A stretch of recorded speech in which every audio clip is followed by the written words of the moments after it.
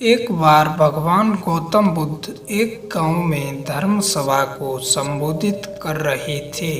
लोग अपनी विभिन्न परेशानियों को लेकर उनके पास जाते और उसका हल लेकर खुशी खुशी वहां से वापस लौट आते।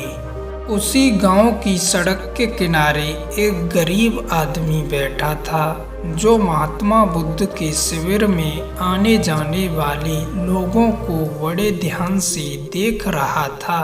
उसे बड़ा आश्चर्य होता कि लोग अंदर तो बड़े दुखी चेहरे लेकर जाते हैं, लेकिन जब वापस आते हैं तो बड़े खुश और प्रसन्न दिखाई देते हैं।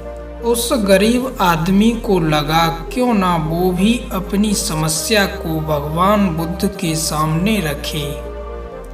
मन में यह विचार लिए वह भी महात्मा बुद्ध के पास पहुंचा।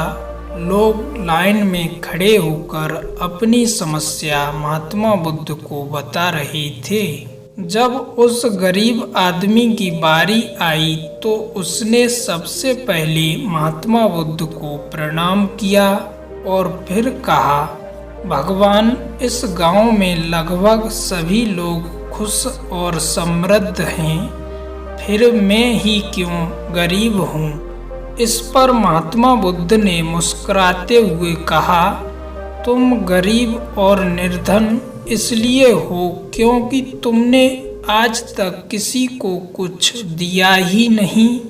यह बात सुनकर गरीब आदमी बड़ा आश्चर्यचकित हुआ और बोला, भगवान, मेरे पास भला दूसरों को देने के लिए क्या है।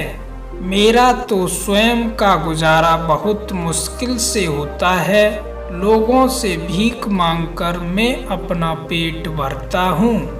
भगवान बुद्ध कुछ देर तक शांत रहे, फिर बोले, तुम बड़े ही अज्ञानी हो।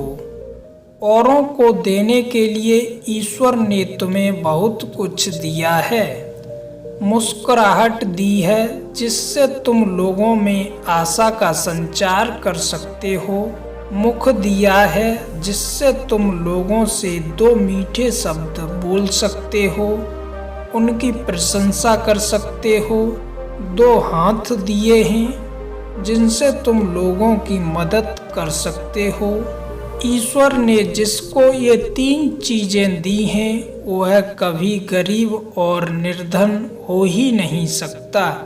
निर्धनता का विचार आदमी के मन में होता है, यह तो एक भ्रम है, इसे निकाल दो।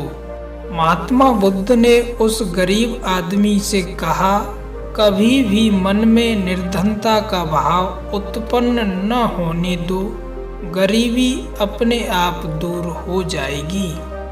भगवान बुद्ध का संदेश सुनकर उस आदमी का चेहरा चमक उठा और उसने इस उपदेश को अपने जीवन में उतारा, जिससे वह फिर कभी दुखी नहीं हुआ।